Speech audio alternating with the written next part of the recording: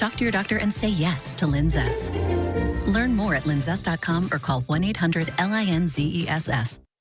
This is a shout out to all hardworking farmers and ranchers. If you're looking for the cream of the crop in post-frame construction, look no further than Thor Buildings. Because let's face it, having the right size building for your equipment or livestock is crucial for your success. At Thor Buildings, they'll design your building for max efficiency, customized to tackle the seasonal weather in your neck of the woods. Post-frame construction tailored to your livestock and ag needs. Buildings built better, stronger, and built to last. So when it's time to put the hammer down, build with Thor. Visit thorbuildings.com today.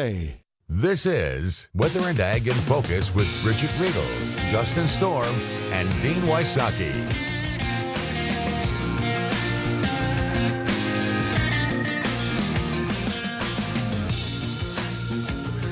And welcome to Weather and Ag in Focus. Thanks for joining us on this finally Friday afternoon. I'm meteorologist Jossund Storm alongside Ag Director Bridgette Readel. And Bridgette, how are you doing on this windy, but all in all, not too bad of an afternoon? You know, for wind, but it's a lot. But temperature, I'm nearing Bismarck, and it's already 50 degrees. So I'd say it's a pretty nice day. A year ago, while making this very same trip, I was double in the amount of time to get out to Bismarck due to all of this snow. So look at the difference a year can make. Yeah, no kidding. It's 50 degrees here in the FM metro area and a lot of 40s across the area. Sunshine as well, but clouds to our north will be continuing to spill into the area as we head throughout this afternoon. So skies are going to be going mainly cloudy, and we'll even see a slight chance for a little bit of rain, or at least some sprinkles, as we head towards this evening and in the overnight. Right now, a few sprinkles, a little bit of light snow shower or rain showers, up in the far northern valley. That'll be pulling its way south, and we'll have a full look on that forecast coming up here in just a moment, because it's been nice for the last few days, but we're going to start to see some changes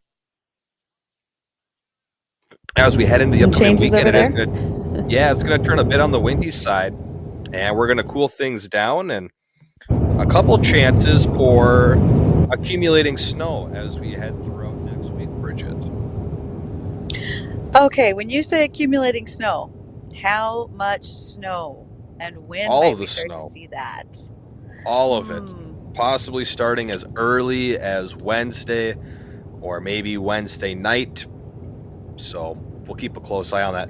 Again, I'll do a full rundown on the forecast coming up here in just a moment. But if you want to join in on the conversation today, ask some questions, feel free to give us a call on the Red Wing Shoes phone line. That's 701-293-9000. Emails to the program are weather or ag at flagfamily.com, as well as those comment boxes available on Facebook and YouTube Live for those watching the live stream, which can also be found over there on Acres TV.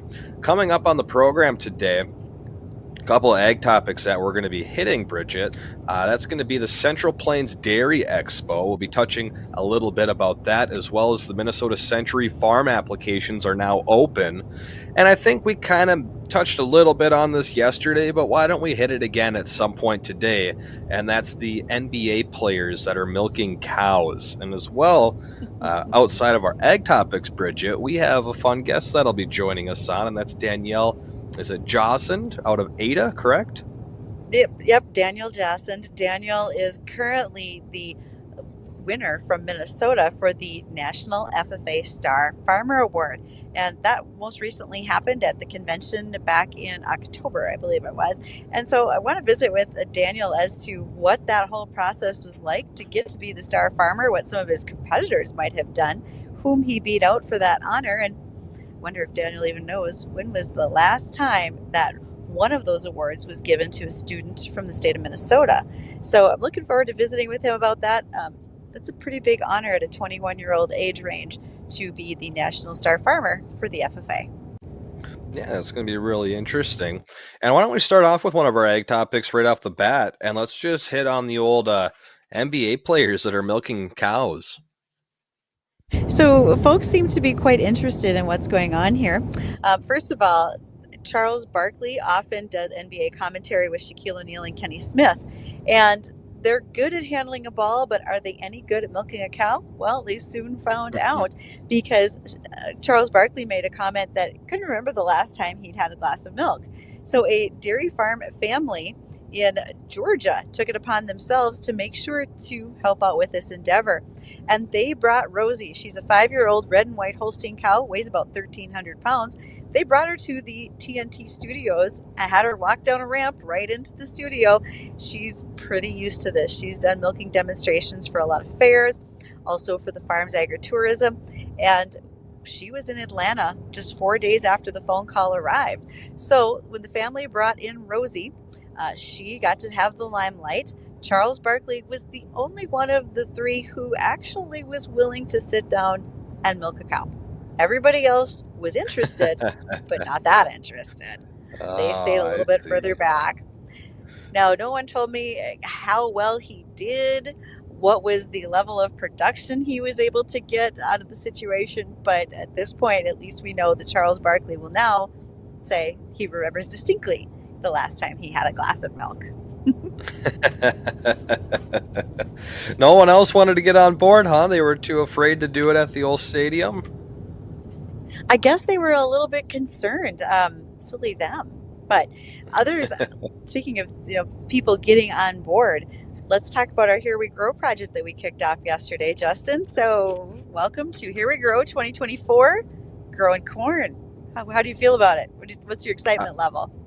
I'm pretty excited to grow some corn. I mean, I've grown a little bit of corn in my backyard last year, but I really didn't have much success with it because, well, I'm not exactly too sure. I'm pretty sure it just got screwed over by the weather. We had a bunch of wind that knocked a lot of it down, and it just didn't quite get to the right maturity. The cobs never really filled out. I think my tomatoes were blocking too much of the sunlight for them. So I'm excited just to be doing corn and doing that on a much larger level and know exactly what all goes into doing corn. I mean, everyone sees corn growing in a field. If you drive outside of town or anywhere distance up here, you'll see corn, but do you really know what all goes into raising that crop that you see as you drive down the highway or the interstate? So I think the fun part is going to be able to document all the little steps that go from before you even put a seed in the ground to where it goes after you harvest it. Well, and I think it's important that listeners send us their questions. We did a lot of that last year with soybeans. What was the interest level? What are things that people wanted to see and to know? For me, I'm always a fan of what was the fertility, the weed control. What did we pick for a seed that's going to be going in the ground? How did we deliver it there? What kind of equipment did we use? But I think it's time to do some myth busting based on things that people hear when it comes to growing corn. So here's a couple of examples. Knee high by the 4th of July. Will ours be knee high? Whose knee are we using? How much taller might it be than just knee high? Can you hear corn grow at night because it's so warm? How many ears of corn are on a stalk of field corn? And so many more. Now, for those who are listening and realize, I've heard some things. I don't know if they're true. Why don't you go ahead and send us emails, ag@flagfamily.com or weather@flagfamily.com. And you can call us at 701-293-9000 and let us know what are some of those myths or questions that you want us to answer for you as we talk about corn production in 2024. Now, our farmers who are involved, they just want to make sure you give them enough rainfall, Justin. Maybe that will be the case this year. Maybe not. Yeah, we'll find out. I think everyone is next week. Hoping for a little bit of rain, but yeah, we're going to be doing that on, what is that, Wednesday, the 20th? So just 5 days from now, mark your calendars. That's our LRC seasonal outlook, where we'll be talking about what the spring and summer is going to look like. What are the probabilities of either drought conditions or non-drought conditions? And when are the most likely dates that we're going to be expecting storm systems to pull into our area that could either produce some severe weather or just enough by itself, some moisture for the ground. Again, like Bridgette said, if you want to join in the conversation, ask a question, give us a call on the Red Wing Shoes phone line, 701-293-9000. We'll head over there right now and bring in John to the program. We got John on line one. John, how are you doing? Well, I'm trying to figure out where everybody is today. They might be working. Where are you going? Well, I'm sitting out in the parking lot with a pallet of the new Speedos that Dean ordered for the crew. Oh, the old Speedo and I got delivery. 2 versions. Well, I got 2 versions. One is for tomorrow, and I wanted to make sure everybody got one before the parade tomorrow. And that's the green ones. They're Irish green, Kelly green, and they say WAG across the back, and they have the ear of corn to celebrate this year's crop across the front with the words "Yield Matters." You're saying you threw the word WAG on the Speedos, huh? Well, advertising is advertising. I mean, yes, that's it the is. Way. Dean said to approach it that way in the design, and I put the crack design team, on it, and that's what they came up with. So I just wanted to make sure you guys got them, because the parade's tomorrow. Jay's going down to Florida. He needs one, when he's down there. Got to get the word out. Indeed you do. So Indeed you Dean? do. So Dean is, I don't know. I can't elaborate. I heard something about you gave him Virus X. What's the deal there, Justin? Did we touch on that yesterday, Bridgette? How close Dean is to his mental state? I was coughing in the office yesterday, and he's been fine all week, and I show up to the office, and within 5 minutes of being in the same room as him, he starts coughing and thinking that he's getting sick. Yeah, I'm trying to figure this out because I want to know what you did to him, Justin, because he's as healthy as an ox, for crying out loud. Well, I'm not entirely sure. I would say I don't think I can elaborate too far on that. So where's Bridgette at on the road today? Of you. She is just about to Bismarck. Okay, so that's where the rain's going to fall today. That's exactly the case, yes. If there's rain showers, it will be right here with me. Yeah, that's okay, given. well, at least I know to head east then. You head east. You head east, John. Hey, thanks for calling. Appreciate it, John. We'll talk to you later. Have a great weekend. Yeah, we'll have to run down a quick check on that forecast, don't we? We will. We will get to that, and we will get to our guests and so much more when we return. So don't go anywhere. You're going to be here for our visit with Daniel Jossund. Again, he is from Ada, Minnesota. He is the National FFA Star Farmer. Stay tuned. A solid day in cattle and hog futures as we wrap up Friday's session. You're listening to the American Ag Network. I'm Jesse Allen with this market update. Well, as we get to the close here in the livestock trade, the complex across the board, cattle and hogs trading fully higher into the close. Cash cattle market has seen more activity in both regions now. Prices ranging anywhere from $1 to $4 higher, and we're getting some decent strength here, kind of holding in these livestock markets again as we wrap up the week. So that's a good sign. Northern cattle currently selling $2.98. Nebraska, $4 higher than last week's weighted average. Southern cattle, Kansas, Texas, $1.86. It was about $1 higher than last week's trade. Box beef prices at midday. Choice up 74 cents, $3.11.52. Select up 66 cents, $3.02.35. Feeder cattle are showing the most strength here as we get to the close. They've kind of been the leader to the upside here across the trade, livestock trade on the day. So that is a good sign. It's a little nerve-wracking to watch feeder cattle trade Thursday as the market came close to breaking below the 40-day moving average. But thankfully, the market did close above that threshold. On the hog side, complex has used Friday as an opportunity to launch higher as a trade. Nearby contracts have been trading $1 to $2 higher. Pork cutout values at midday up 94 cents at 94.19. We look at the lean hog index. That's up 17.82.19. Feeder cattle index up 27, 248.46. This is the American Ag Network. Welcome to Soybean Minute, your source for timely soybean news. I am North Dakota Soybean Council Director Dallas Luff of Wapaton. As farmers prepare for another growing season, give your diesel some thought with a few helpful tips. First, tank maintenance is important. Water is the #1 cause of diesel problems, leading to tank corrosion, bacteria, and fungus, and icing in cold temps. Check your tanks for water before you get started. If water is found, have it removed. Keep caps tight and regularly check for leaks. Keep your tank full to prevent excess air, which can can lead to condensation and fuel degradation. Spring is also a good time to change your dispenser filter. Second, take advantage of biodiesel made from soybean and other plant oils. It provides lubricity, higher cetane, and it's renewable.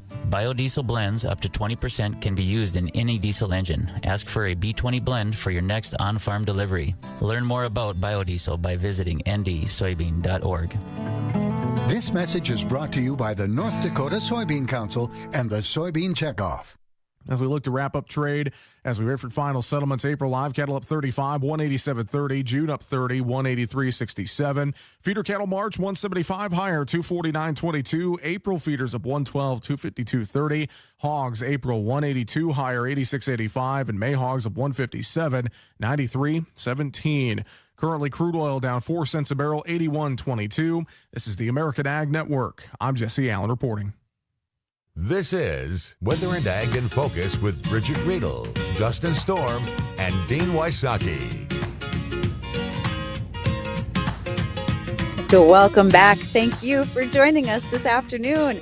We are so glad that you are part of our listenership here at Weather and Ag in Focus, and thanks for spending part of your day with us. So we are going to have the opportunity today to not only visit with Daniel Jossund, he is the National FFA Star Farmer Award winner from Minnesota, but I also wanted to make sure to say if you are thinking about a change in your career, now is the time. And you can talk to the folks over at MortonBuildings.com. They have an excellent 100% employee-owned business. They are looking for great people to join it, and they would love it if it was you.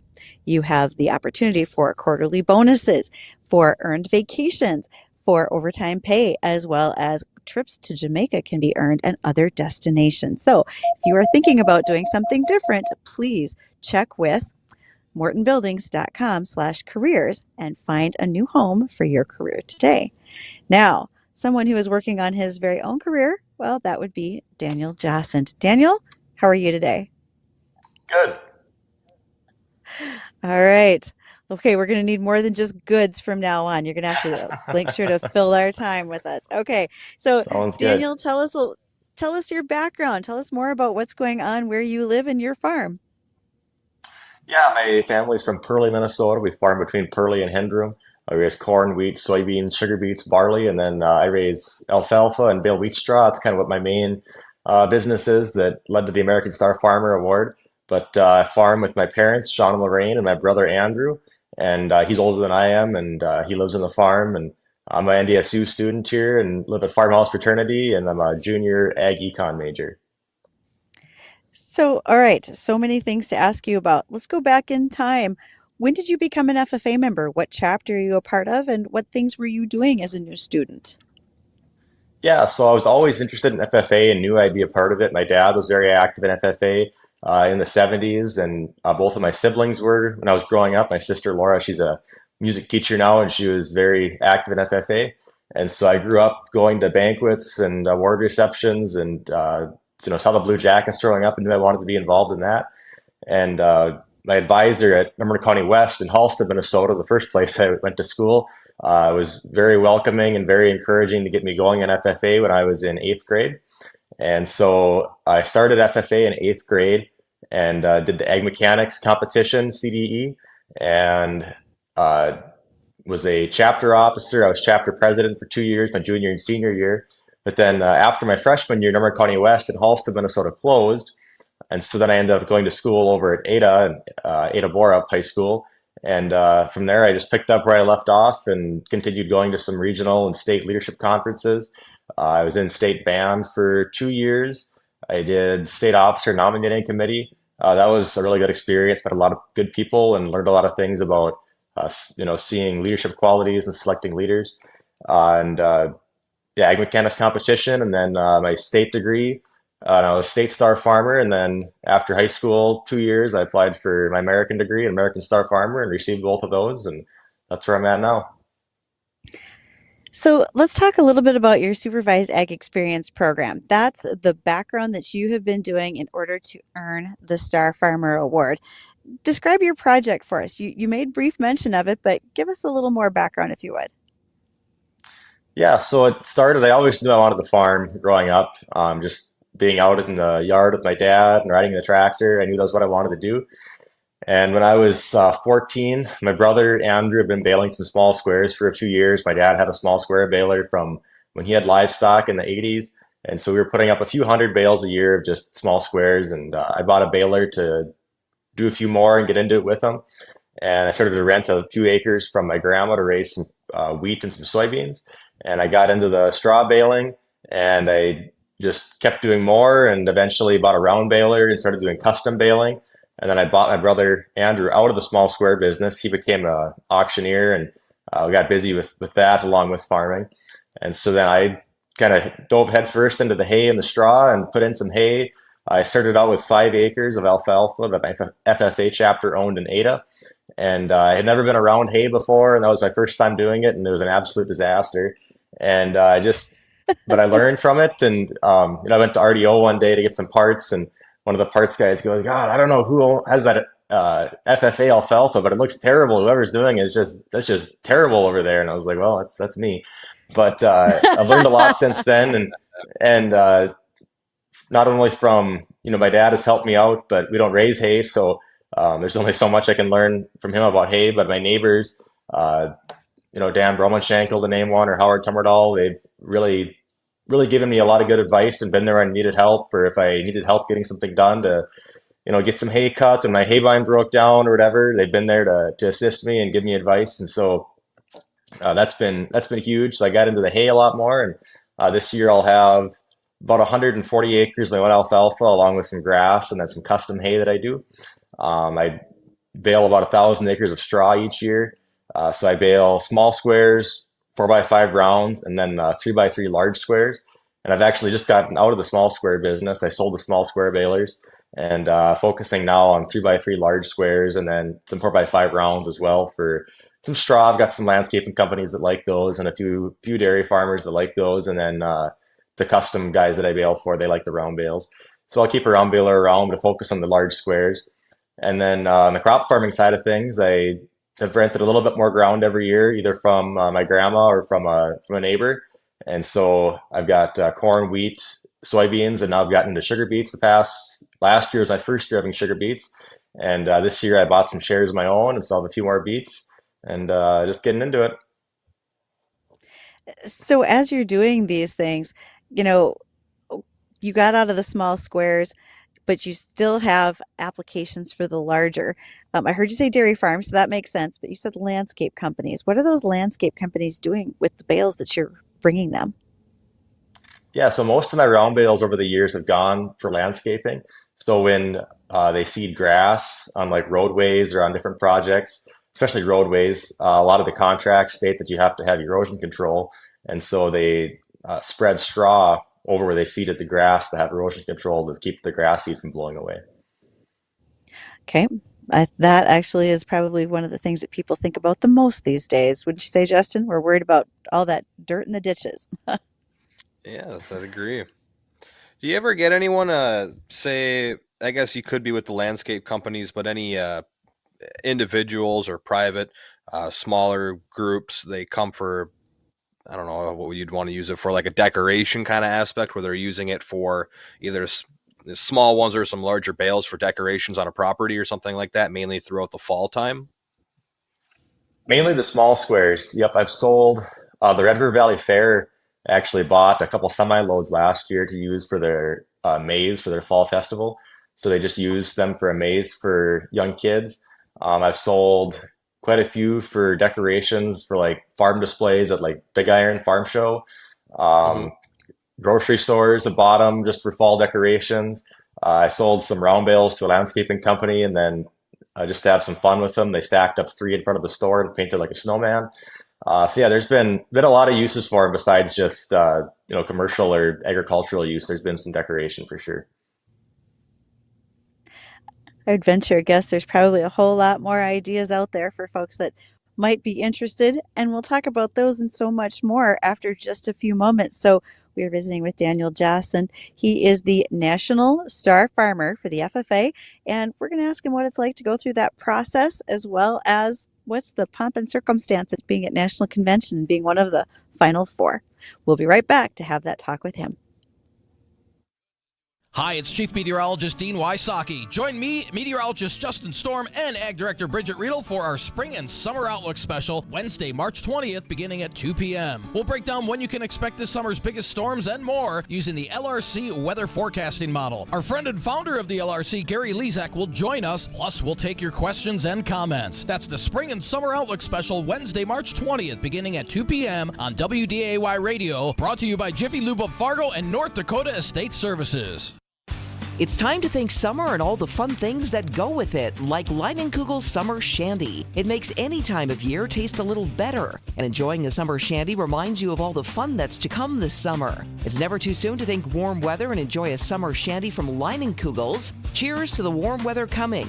Enjoy the great smooth taste of a Leine Summer Shandy, the perfect beer to get us all in the right frame of mind and enjoy our weekend. Make any time taste like summer. Find Leinenkugel's Summer Shandy at your favorite liquor store. Good afternoon, I'm Tom Tucker, WDAY News First.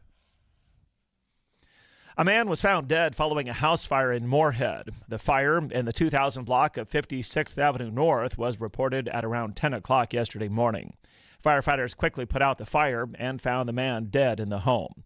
His body was taken to the Twin Cities for an autopsy. The fire is under investigation. Governor Tim Walz has signed a fix to a state law passed last year that led to confusion over the use of force by school resource officers. The Minnesota Senate passed a bill clarifying those standards yesterday, and Walz signed the bill into law. The new bill exempts school resource officers from those recent regulations on holds and restraints of students.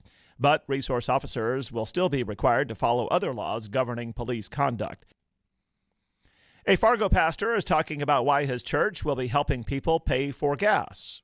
We want to be known by our love for our community because that's what our Savior told us to do. John Fisher says Journey Church is sponsoring the gas buy-down event tomorrow. It happens from 10 a.m. until noon at PetroServe USA at 29221 North Broadway in Fargo. Fisher says gas purchased during that time will be discounted 50 cents a gallon. Tom Tucker, WDAY, and WDAYRadioNow.com. Attention farmers! Are unexpected breakdowns leaving you stranded in the field? Don't let downtime hinder your harvest. Advanced Diesel Repair is your trusted partner in getting you back in action fast. Their technicians specialize in swift diagnostics and top-notch repairs, ensuring your diesel equipment is up and running in no time. With Advanced Diesel Repair, you can count on reliable service and minimal disruptions to your farming operation. Advanced Diesel Repair, conveniently located off the I-94 Wild Rice exit and online at adrofhorace.com. Spring is in the air, and our team is here to help you with all your roofing needs. Whether your roof needs a little TLC or a complete makeover, Fargo Roofing and Siding is here to make your spring transformation a reality. Our expert team is standing by, ready to tackle all your roofing needs. Not sure the best option? Call Fargo Roofing and Siding and schedule a free estimate today, or visit us online at fargoroofing.com. Fargo Roofing and Siding.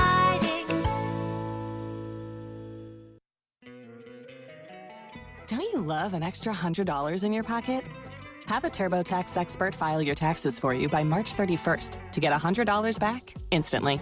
Because no matter what moves you made last year, TurboTax makes them count. That means getting $100 back and 100% accurate taxes, only from Intuit TurboTax. Must file by 3/31. Credit only applicable to federal filing fees with TurboTax full service. Offer can be modified or terminated at any time. Weather and Ag in Focus on WDAY Radio.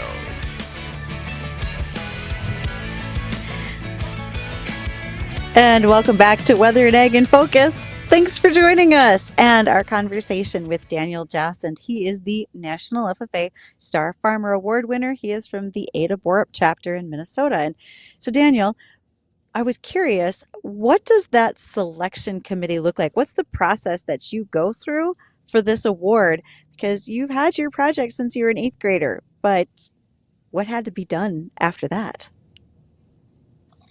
Yeah, so throughout a lot of those years, it was just keeping good records, which I had to keep anyways, just for my own use, and then for the bank and for FSA, just to get financing. So that helped. And then along with FFA, just keeping record of some of the outside of farming things that I did, some of the FFA activities, the community service, and those types of things. And then to apply for American Star Farmer, it was a 32-page application that consisted of, my financials and also a lot of questions about, what I've done, challenges, accomplishments, things that have gone wrong, along with non-farming related questions just about what I've done in FFA. It was a lot of questions. Took me a couple months to get that all filled out and refined, and so I was happy with it. And so from there, it went to the Minnesota Selection Committee. So there's a few other students from Minnesota that applied for American Star Farmer, and I was chosen as Minnesota's representative for American Star Farmer, and just that I was happy with. I told myself, if I don't get any farther than that, I'm happy. And from there, the paper applications were sent to national FFA staff, and they were reviewed just based on paper to select the 4 finalists. And so they selected 4 of us, myself, a guy from Ohio, one from Illinois, and a girl from Texas. And then from there, we had a Zoom interview with all 4 of us. So we got to talk to each other face to face on Zoom, which was kind of fun to get to meet the other finalists. And then they had us introduce each other and give our introductions, and then took us out into breakout rooms with the judges. And just that Zoom interview that was about a half an hour long, then determined who the winner was. And so that happened in August. And then the national convention was in November, first part of November. And so we flew down to Indianapolis and had a good time in the convention. And I was more than happy just to be there. I told myself, I was up on the stage, and I just said, I'm not going to win, and I'm happy to be here. And I'm going to go home as a finalist, and I'm more than happy with that. But as they went along and played our videos, because for each of us, they sent a videographer out from FFA in the summertime to take video of each of the finalists, working on their farms or doing whatever they do and putting together videos and kind of to showcase their story to use for promo. And so then at the convention, when we were all on stage, and they played each of our videos, and I was the first one in line, and the second and the third one, I wasn't too nervous yet. And then when they got to Callie, the 4th finalist, and we're playing her video, I started to get pretty nervous that, this is it. This is where it happens. And they announced my name, and I ran up to the podium and got my plaques, and that was pretty ecstatic. I would imagine so. So what was that initial feeling when you found out that you were going to be in the final 4? What was your reaction to that? Yeah, it was awesome. I was just me and our hired man. We were loading chemical onto the sprayer tender trailer, and I was in the skid steer, and I got a call from my FFA advisor, and I kind of figured that was what it was about, because she doesn't call me too often. And she said, "You're not going to believe this, but you're one of the final 4." And so I called a whole bunch of people and told them I was super excited. And I tried not to think about it too much the rest of the summer, just because I didn't want to think about it too much and worry myself about it. But no, I was pretty excited when I found out about being the final 4 for sure. So the other 4 applicants, you said they sent out a videographer to come out to your location, kind of film your project, what it is that you're doing, how you've been doing it. What were your the other applicants? What were their projects that they had been working on that they submitted? Yeah, so Tanner from Illinois, he had some pigs, I believe, and then crop farmed a few hundred acres. Luke from Ohio, he was the state president also, actually, and he had some cattle with his sister, I think, and farmed some crop acres and sold their beef direct to consumer. And then the girl from Texas, she had Brahman cattle, and so she was big into Brahman show cattle. Okay. So you mentioned I got my plaques when I was on stage. What goes along with that? Are there any scholarship dollars or money towards your overall enterprise? So I got some cash along with the award, but the most substantial thing has definitely just been the connections and the networking that I've been able to do because of it. I think it's just given me some credibility. I've had frustrations in the past where I try to talk to other farmers or other people in ag, but being a young guy, sometimes it's easy just to kind of dismiss, which I understand. It's easy to dismiss younger guys, especially in high school or out of high school, that you're not really doing it. You're just working on dad's farm or whatever. But having that award really gives me credibility. I think that I've done something and I know what I'm talking about. At least I think so, anyways. And so it's just connections like this, talking to you guys and other interviews I've done, and people I've met that have heard about it. I think it's helped me a lot there. Just all the connections I've made. Those are excellent points. And actually, we had some questions come in from some listeners. One of them has to do with scholarships. And I think I know the answer to this, but are there some scholarships that the FFA awards to students to help them as they go further on, whether it's in a 2 or a 4-year school? There are FFA scholarships. Yep. I applied for a few in high school, but did not receive any. There were a few Minnesota ones that I applied for. A couple of the contests in Minnesota, I know the region contests, when they were at the Crookston College at U of M Crookston campus. If you were in the top 3, you got some scholarship dollars if you were to go to Crookston. So I didn't receive any scholarship dollars coming to NDSU here.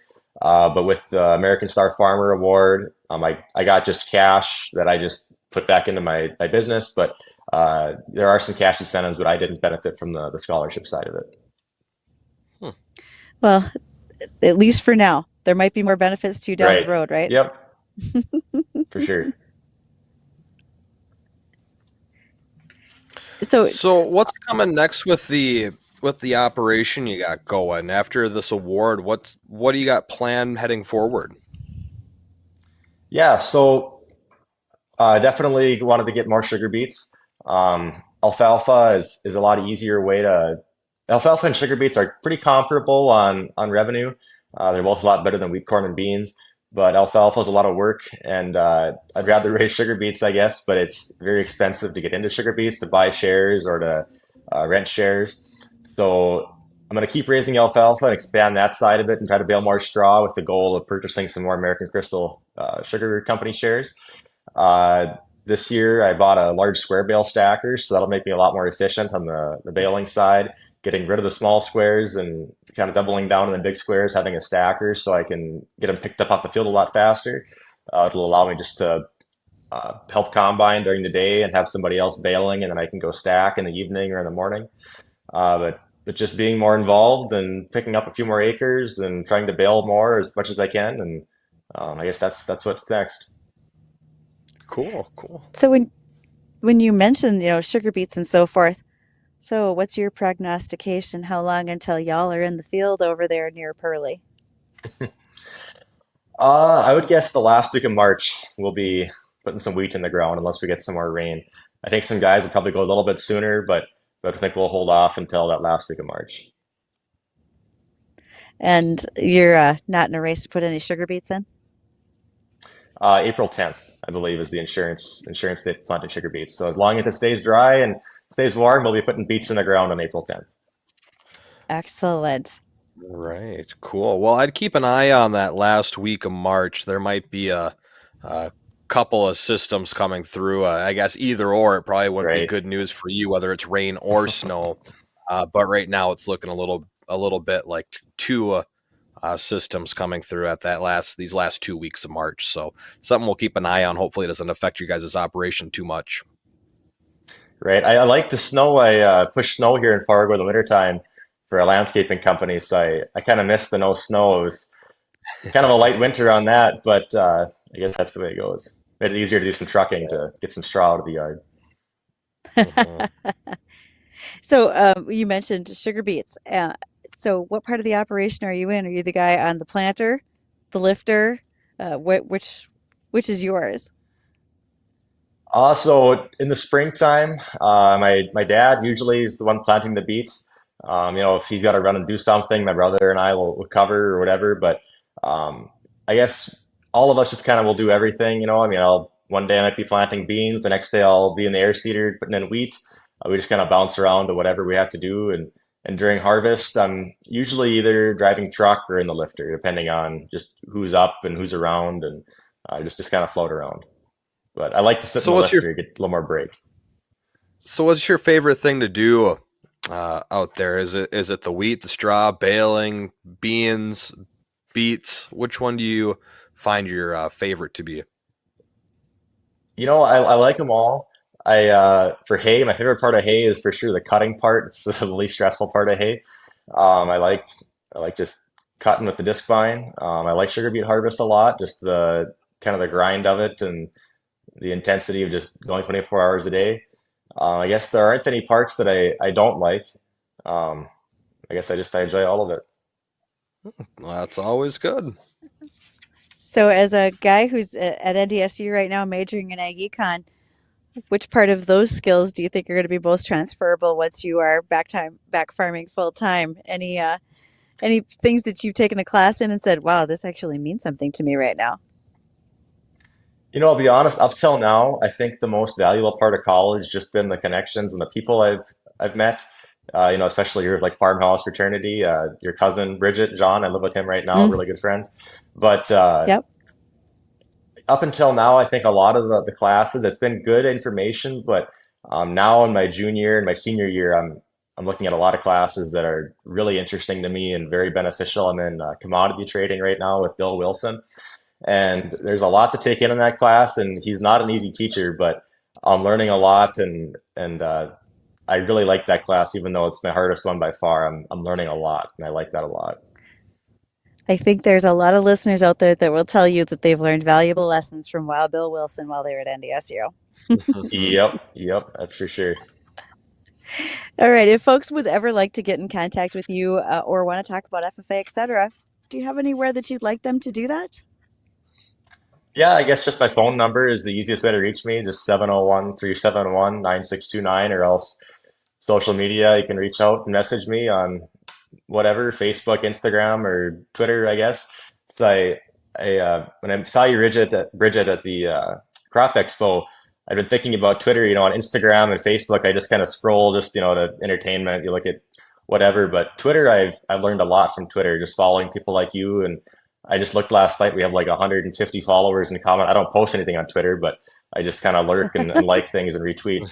But I've learned a lot of things on Twitter and a lot of good information there. We're going to try to keep that education rolling for you. So much appreciated. Thank you, Daniel Jossund, for joining us today so we could talk about the National Star Farmer Award. And folks, don't go anywhere. Justin wants to talk a little bit more about weather and update you before we get to that weather special next week. So hang tight. We'll be right back. Jay Thomas has a brand new show, The Common Sense Club, with Jay Thomas, Scott Hennon, and Steve Hallstrom. This really worries me when the government's going to start saying, we don't like your business, we don't like who you're tied to. You're forgetting an important component in this, though, and that's Chinese ownership. I get that, Scott. I get that, and I understand that. But again, do you want the government now deciding where we're going to get our information from? The Common Sense Club. Subscribe today at flagfamily.com/plus. At United Automotive Tech Center, we service imported and domestic vehicles. Our expert technicians do tune-ups, carburation, fuel injection, brake and chassis service, starting and charging, electrical systems, wheel alignment, shocks and struts, engine repair, tires, and more. When you get down to it, we're here for any maintenance your car requires. United Automotive Tech Center with 3 locations, 2 in Fargo and 1 in West Fargo. Expert repairs from people who care. United Automotive Tech Center. This is a shout out to all hardworking farmers and ranchers. If you're looking for the cream of the crop in post-frame construction, look no further than Thor Buildings. Because let's face it, having the right size building for your equipment or livestock is crucial for your success. At Thor Buildings, they'll design your building for max efficiency, customized to tackle the seasonal weather in your neck of the woods. Post-frame construction tailored to your livestock and ag needs. Buildings built better, stronger, and built to last. So when it's time to put the hammer down, build with Thor. Visit thorbuildings.com today. Welcome to Jiffy Lube Multi-Care, where car care just makes sense. Say goodbye to car talk confusion with personalized service reviews that speak straight to you. Our highly trained service technicians have your back, decoding what your car is saying and taking care of the small stuff before it becomes big stuff. From Pennzoil oil changes to tires, brakes, batteries, and more, we've got it all covered. Your car deserves the best, making you ready for whatever's next. Putting you in the driver's seat of car care? That's a job for Jiffy. Jiffy Lube, 620 Dakota Avenue, Wahpeton. Olivet Lutheran Church in Fargo invites you to join us for worship Sunday mornings at 8:30 and 10:30 and Wednesday evenings at 6. Our theme for Lent this year is Gifted for Mission. where we will reflect on Jesus' great commission to tell the story of Jesus' love for all people without exception. Worship with us Sunday mornings at 8:30 and 10:30 and Wednesday evenings at 6. For more information and to watch all of our services online, go to olivet.org. Encounter Jesus, experience grace at Olivet Lutheran Church. It's about tradition, values, and family ties. Pucklet Chevrolet GMC's tradition of giving back to our community remains a priority, and that's why we've partnered with many local nonprofit organizations and events. And our tradition of giving this community a fair and honest offer continues. This month, save up to $10,102 on a new 23 GMC Sierra 1500 SLT. We're Pucklet Chevrolet GMC in Valley City. GMC, we are professional grade. See dealer for details and 43024. It's time for the Dakotas to be heard, to stand behind new markets for our ag and energy products. I'm Scott Helen for Friends of Ag and Energy, and you're invited to join this conversation. Go to agenergyfriends.com, agenergyfriends.com. Sign the petition. Stand up for solutions to take on a green, radical, woke agenda. Our ag and energy markets depend on it, and your bottom line does too. For all of North and South Dakota, get the facts. Go to agenergyfriends.com, agenergyfriends.com. Paid for by Friends of Ag and Energy. This is Weather and Ag in Focus with Bridgette Readel, Justin Storm, and Dean Wysocki. To Weather and Ag in Focus, there's the screaming goat. We missed that all afternoon today. 151 on this afternoon now, and temperatures outside in the upper 40s to lower 50s across the area. All in all, it's not too bad, although it is turning a bit on the windy side. We're seeing gusts to 30 miles an hour in Fargo and higher north of our area. We got a few advisories and warnings that are in effect for this afternoon, and they will stay in effect until this evening. First one, that's being a wind advisory up to our north. This is north of I-94. Say as you head towards the Devils Lake Basin and the Northern Valley. So Harvey, Rugby, Bottineau, Devils Lake, Langdon, Grafton, Grand Forks. This is for 25 to 35 mile per hour winds gusting upwards of 50 miles an hour. So if you're traveling up I-29 towards Grand Forks or the Canadian border, those higher profile vehicles become a little bit more difficult to drive in as you experience those winds that will continue to pick up throughout the afternoon.